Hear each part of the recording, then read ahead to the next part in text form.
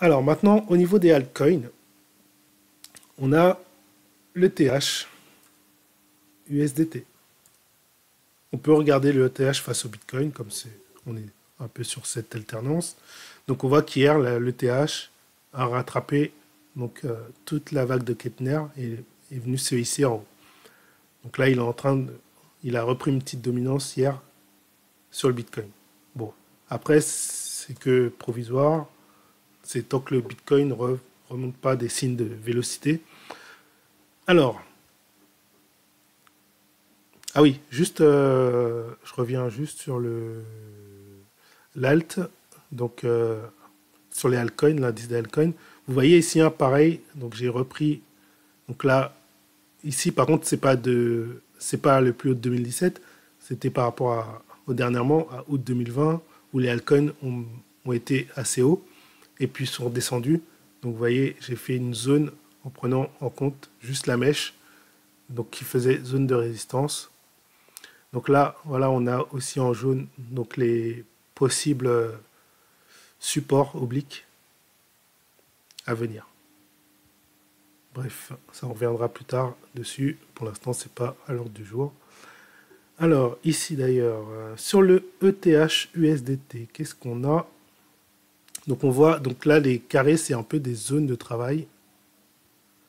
C'est des zones où le Bitcoin marque des consolidations généralement.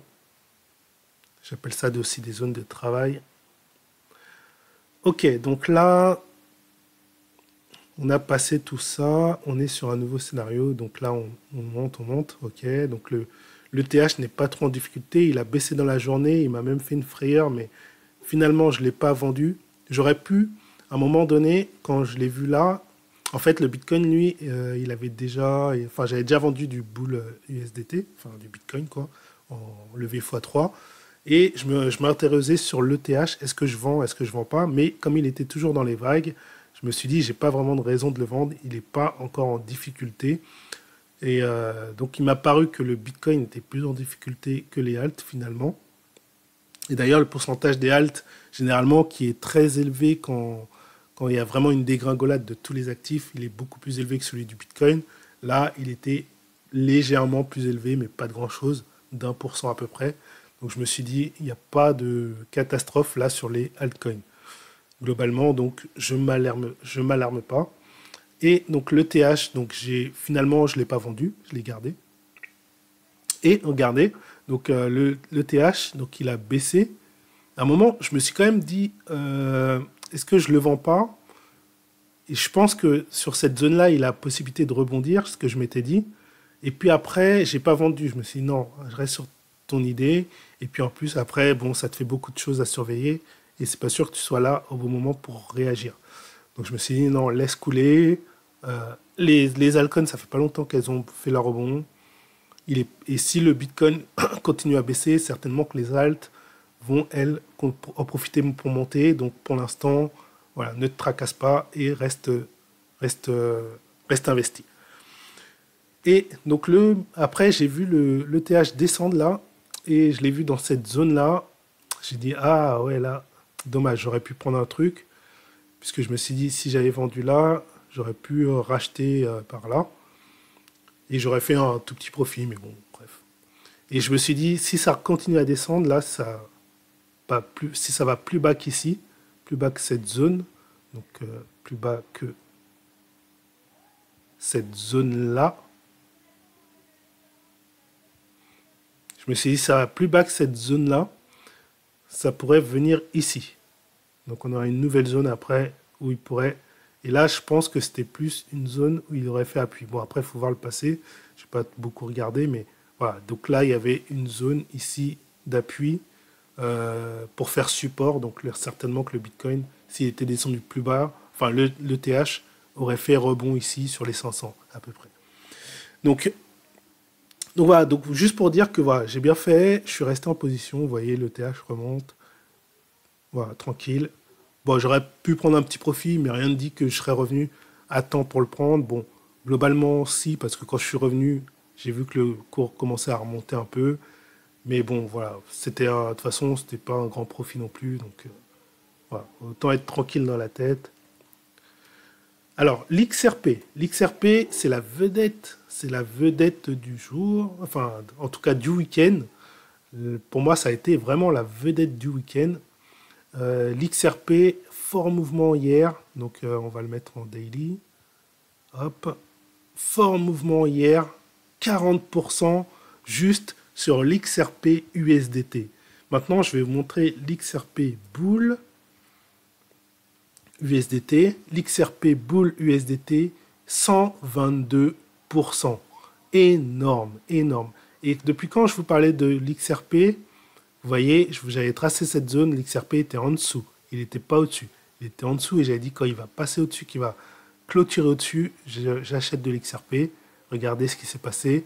On est passé de 15 à, si on prend le plus haut, 57, mais on va prendre le corps de bougie, on va prendre jusqu'à 48. Ça veut dire que en termes de gain, si on avait acheté là et qu'on avait vendu, enfin, bon, vendu plus ou moins, c'est difficile de dire qu'on va vendre à ce niveau de clôture, mais bon, voilà, c'est pour dire qu'on aurait pu aller jusqu'à 212%. 212%, c'est énorme. 15 et 48, c'est à peu près du x3. On aurait pu faire du x3, un peu plus de x3. Si je prends le plus haut qu'il est atteint, on est pas encore sur du x4, mais pas loin. On est au moins sur du 3,5. Donc imaginez 1000 $ investis sur l'XRP Bull, vous faisiez atteindre 3000 $. Là, vous êtes peut-être à 2500 $, quelque chose comme ça. Voilà, c'est énorme. Actuellement, là, si vous gazez, celui qui a mis 1000 $ sur le signal et qui actuellement est encore en position, il est à 2000 $. Énorme, énorme. Alors, bien sûr, moi, j'ai été un peu couillon. Je vous le dis tout de suite parce que, en fait, j'ai pas vraiment réfléchi. Je savais que l'XRP allait exploser, mais j'ai pas vraiment réfléchi à la taille d'argent que j'allais mettre dessus. Et en fait, c'est quand il était même pas tout en haut encore, c'est quand il était en train de monter, et je me suis dit, mais mince, pourquoi j'ai pas mis 1000 $, puisque, enfin, pour le TH, j'avais fait ça, et je sais que l'XRP, en plus, j'avais écouté en plus récemment la vidéo d'un autre youtubeur, Jonathan Novak, que vous devez connaître, et lui aussi il parlait de l'XRP en disant effectivement que c'était une crypto à prendre pour le prochain bull run, parce que, pourquoi? Même si elle est controversée par ceux qui sont pro-crypto, hyper pro-crypto, il n'empêche que XRP fait partie du top 10. Elle fait partie du top 10 et elle a souvent été en 3 à 5e position. Et donc, c'est une crypto hyper solide. Quoi qu'on en dise, il y a de la capitalisation dessus, il y a quelque chose. C'est pas pour rien qu'elle est dans le 3, 5e, en 3 5e position depuis X années, depuis au moins 2-3 ans. Donc, c'est une crypto incontournable de la sphère crypto. Et effectivement, qu'elle se soit faite massacrer à ce point-là, c'était juste une aubaine incroyable. Je vous le dis, c'était une aubaine incroyable de pouvoir la prendre. Et voilà, et moi en plus, je vous en avais parlé, je vous ai dit, voilà, si ça franchit là, ça va partir fort. Et qu'est-ce que ça a fait? C'est parti fort. Et moi, un peu comme un idiot, j'ai pas mis à fond la caisse, je me suis pas mis à fond sur l'XRP, alors que je disais que c'était une opportunité et je l'ai pas fait. Bon, après, il y a encore de la marge à venir, vous voyez, hein, par rapport... Ah, attendez, je vais me prendre XRP USD sur Bitstamp. Voilà. Donc, par rapport au plus haut de 2017, même 2018, bon, voilà, le plus haut, il était au-dessus des 3. Mais on va dire 2,7. On va prendre le corps de bougie, le plus haut du corps. Donc, globalement, là, il est possible, enfin, normalement, c'est même sûr, quasiment sûr, statistiquement parlant, ou probabilistiquement parlant, que l'XRP va rejoindre son ATH. Donc là, même si on a eu un fort mouvement, c'est rien comparé à ce qui reste à prendre. C'est rien comparé à ce qui reste à prendre. Donc imaginez en XRP Bull, en levier x3, ce que je peux prendre. Là, par exemple, à un moment, c'était dans les 0,3 quand j'avais regardé l'XRP hier.